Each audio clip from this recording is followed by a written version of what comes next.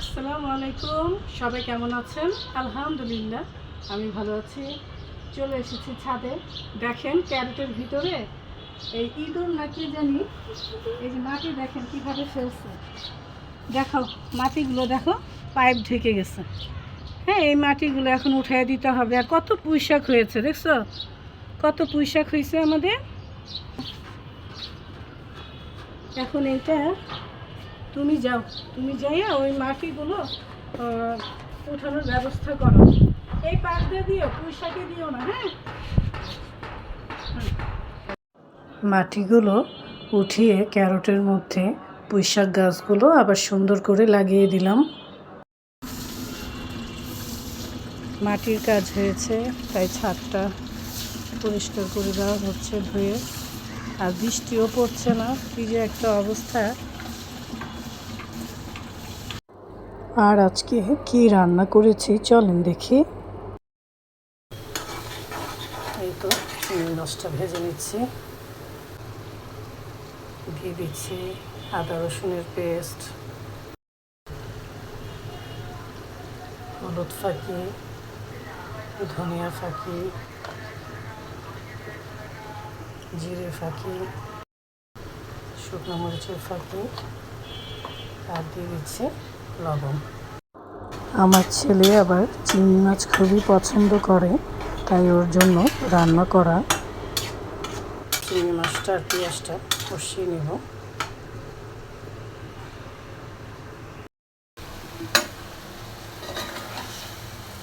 আজকে দেশি একটা মুরগি রান্না করছি।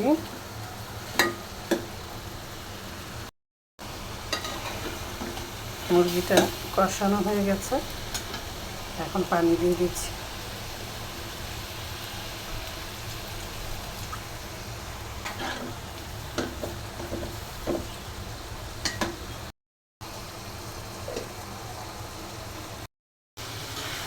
চিংড়ি মাছটা কষানো হয়ে গেছে, এখন অল্প করে পানি দিয়ে দিব।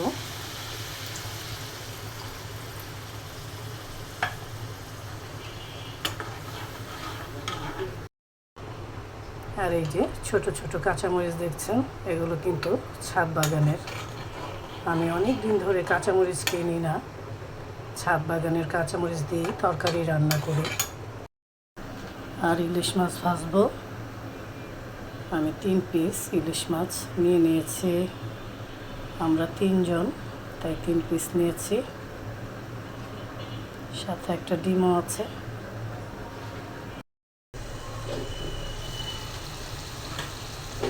এই তো চিংড়ি মাছটা হয়ে গেছে, নামানোর আগে একটু জিরে ফাঁকি দিয়ে দিলাম।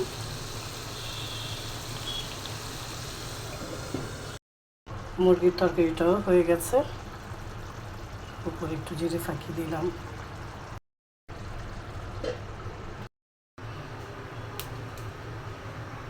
তেলটা গরম হয়ে গেছে, এখন ইলিশ মাছটা দিয়ে দিচ্ছি।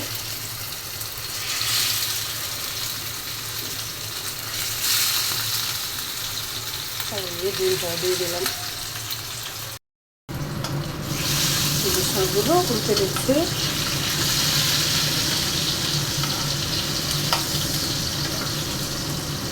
গরম গরম ভাতের সাথে ইলিশ মাছ ভাজা খেতে কিন্তু ভালোই লাগে।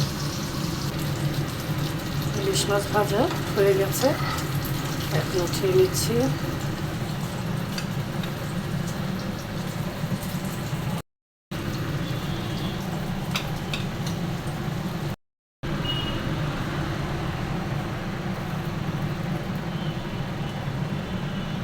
এই তো ইলিশ মাছটা উঠিয়ে নিলাম, সালাদও কেটে নিয়েছি।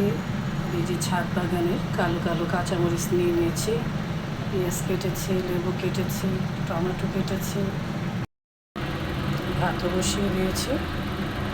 গরম গরম ভাতের সাথে ইলিশ মাছ ভাজা খেতে কিন্তু দারুণ লাগবে। আর ডাল বসিয়ে দিয়েছি, ছাদ বাগানের কয়টা টমেটো দিয়ে দিলাম, একটু পেঁয়াজ দিয়ে দিলাম, দিয়ে দিচ্ছি ছাদ বাগানের কাঁচামরিচ।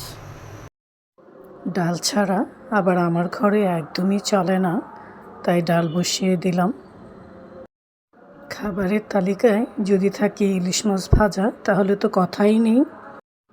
আজকে মজার মজার সব খাবার রান্না হয়েছে আর টেবিলেও সাজিয়ে দিয়েছি। সবাই ভালো থাকবেন, সুস্থ থাকবেন, আবারও দেখা হবে, কথা হবে।